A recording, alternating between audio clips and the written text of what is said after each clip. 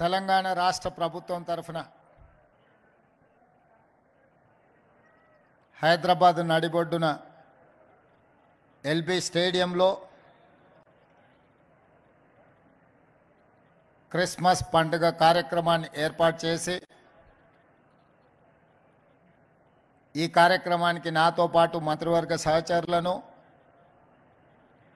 ప్రభుత్వ సలహాదారులను, శాసనమండలి సభ్యులను, శాసనసభ్యులను, క్రిస్టియన్ సమాజంలో గొప్ప వ్యక్తులుగా ప్రభు సందేశాన్ని నలుదిశలా వ్యాపింపజేస్తున్న మత ప్రబోధకులందరినీ ఒక వేదిక మీదకి రప్పించి వేలాది మంది భక్తుల మధ్యన ఈ కార్యక్రమాన్ని ఏర్పాటు చేసినందుకు నిర్వాహకులందరికీ మనస్ఫూర్తిగా క్రిస్మస్ శుభాకాంక్షలు తెలియజేస్తున్నా.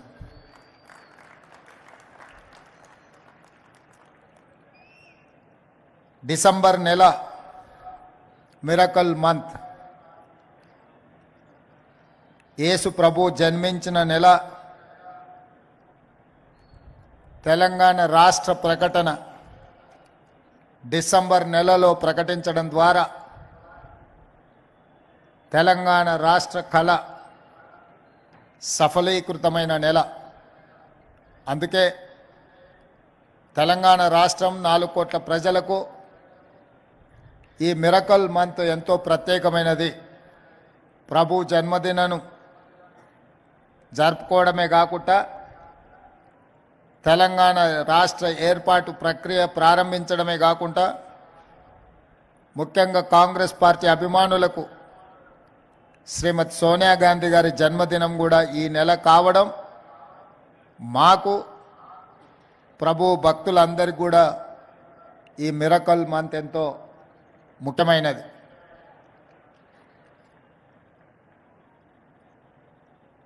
క్రిస్టియన్ సమాజం ఈరోజు ప్రపంచంలోనే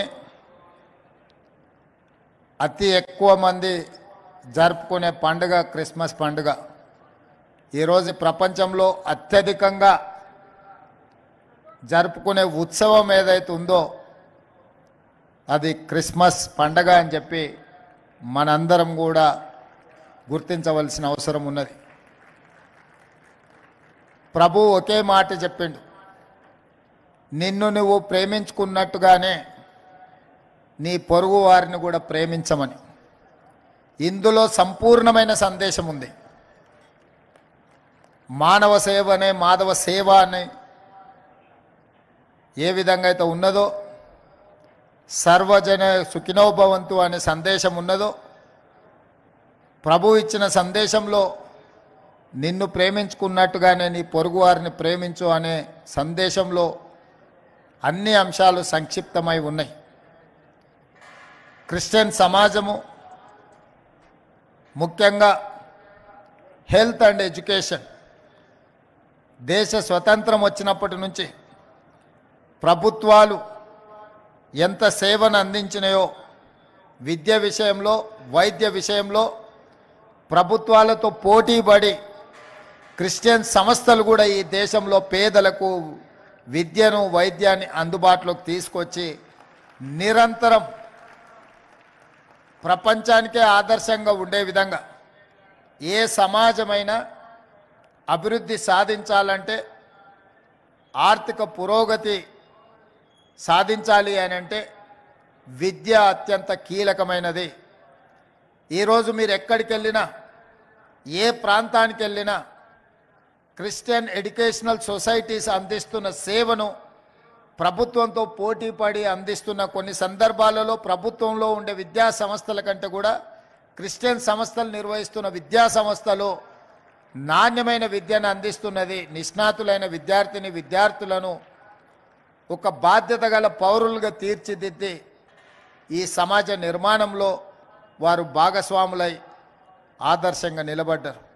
వైద్యం విషయంలో కూడా ప్రభుత్వం అందించలేని వైద్య సేవల్ని అటవీ ప్రాంతంలో, తండాలలో, గూడాలలో, మారుమూల పల్లెల్లో పేదలు అత్యంత నిరుపేదలకు వైద్యాన్ని అందుబాటులోకి తీసుకొచ్చి వాళ్ళ యొక్క ఆరోగ్యాన్ని కాపాడడం ద్వారా ఆరోగ్య తెలంగాణను ఈరోజు క్రిస్టియన్ సంస్థలు క్రిస్టియన్ సోదరులు కొనసాగిస్తున్నారు. ఇలాంటి సేవా కార్యక్రమాలలో పాల్గొనడమే కాకుండా సమైక్య స్ఫూర్తిని, ఈ దేశం యొక్క భద్రతను, ఈ దేశంలో సర్వమతాలు సమానంగా ఉండాలి, సర్వమతాలు వాళ్ళు నమ్మిన వాళ్ళు ఆచరించిన సిద్ధాంతాన్ని పాటించాలి, సర్వమతాలకు రక్షణ ఉండాలి అన్న ఆలోచన మా ప్రభుత్వానిది. ఎవరు ఏ మతాన్ని విశ్వసించినా, ఎవరు ఏ మతాన్ని ఆచరించినా, ఎవరికి వారు వారి మతాన్ని వారు ప్రచారం చేసుకున్నా ఎలాంటి ఇబ్బందులు లేకుండా మన రాష్ట్ర ప్రభుత్వం సంపూర్ణమైన రక్షణ కల్పిస్తుంది అని చెప్పి నేను ఈ సందర్భంగా తెలియజేయదలుచుకున్నా. ఎవరు కూడా ఇంకొక మతానికో ఇంకొక మతాన్ని ఆచరిస్తున్న వ్యక్తులకో కుటుంబాలకో వ్యతిరేకంగానో అభ్యంతరకరంగానో మాట్లాడడం తెలంగాణ రాష్ట్రంలో ప్రభుత్వము నిషేధించింది. ప్రభుత్వం అలాంటి చర్యలను సమర్థించదు. ఎవరికి వారు వారి యొక్క విశ్వాసాన్ని ఆచరణ రూపంలో వాళ్ళు వాళ్ళ మతాన్ని ఆచరించవచ్చు. అందుకే ఈరోజు తెలంగాణ రాష్ట్ర ప్రభుత్వం ఈ క్రిస్మస్ పండుగను అధికారిక పండుగ తెలంగాణ రాష్ట్రం మొత్తం నిర్వహిస్తున్నది. ఇది మా ప్రభుత్వం బాధ్యత. మా ప్రభుత్వ ఏర్పాటు ప్రక్రియలో మీ అందరి సహకారం, చాలామంది మత పెద్దలు ఆశీర్వదించి, నేను ఆనాడు చాలా చర్చులకు చాలా విద్యా సంస్థలకు వెళ్ళి ప్రత్యేకంగా కలిసి వాళ్ళ నుంచి హామీనే కాదు ఆశీర్వాదం కూడా తీసుకొని ఎన్నికల ప్రక్రియలో పాల్గొన్నాను.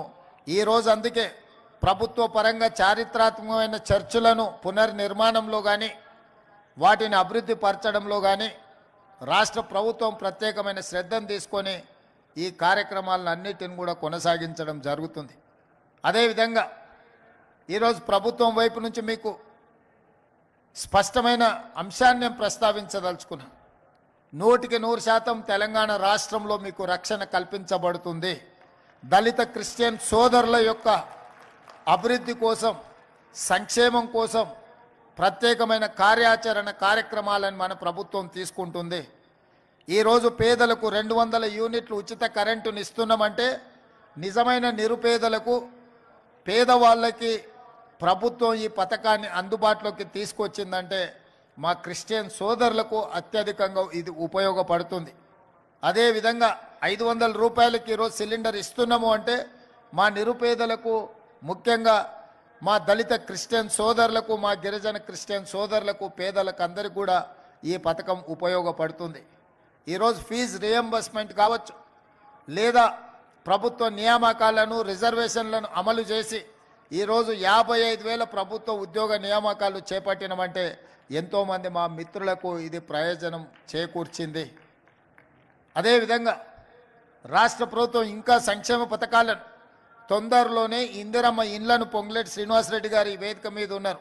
సంక్రాంతి తర్వాత ప్రతి పేదవాడికి ఇల్లును ఇవ్వాలి అన్న ఆలోచన, ముఖ్యంగా ఇందిరమ్మ ఇండ్ల పంపకాలలో నిరుపేదలైన దళితులు, అదేవిధంగా దళిత క్రిస్టియన్స్కి అత్యధికంగా లబ్ధి చేకూర్చే కార్యక్రమం, ప్రతి పేదవాడికి 5 లక్షల రూపాయలు ఇల్లు కట్టుకోవడానికి మన ప్రభుత్వం ఉచితంగా ఈ పథకాన్ని అమలు చేస్తుంది.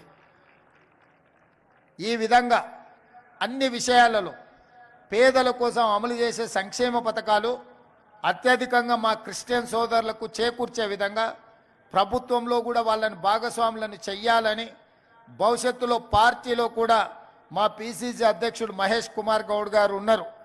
వారికి ముఖ్యమంత్రిగా, కాంగ్రెస్ పార్టీ అధ్యక్షుడికి నా విజ్ఞప్తి, మీరు ఏర్పాటు చేయబోయే పిసిసి కార్యవర్గంలో ఖచ్చితంగా క్రిస్టియన్ సమాజానికి సముచితమైన స్థానాన్ని, హోదాలను కల్పించి పార్టీలో వాళ్ళ భాగస్వామ్యము, వాళ్ళ కోట, వాళ్ళ హక్కు వాళ్ళ కోసం కేటాయించాలి.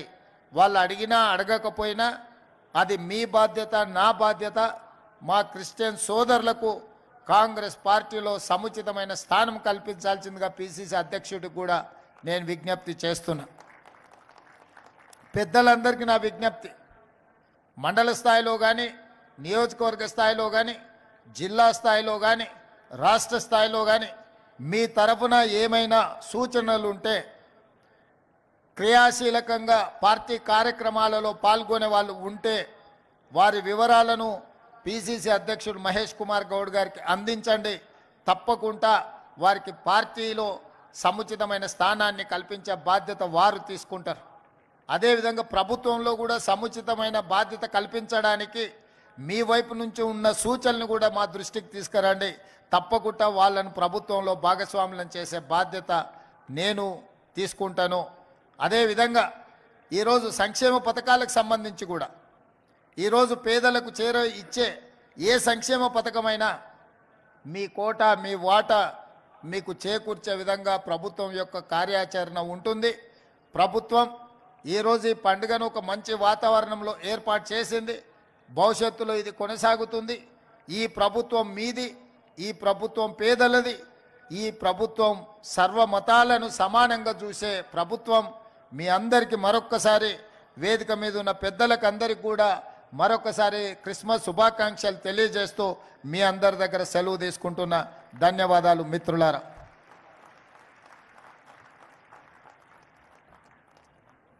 Thank you so much, sir, for your wonderful speech and wonderful message, and then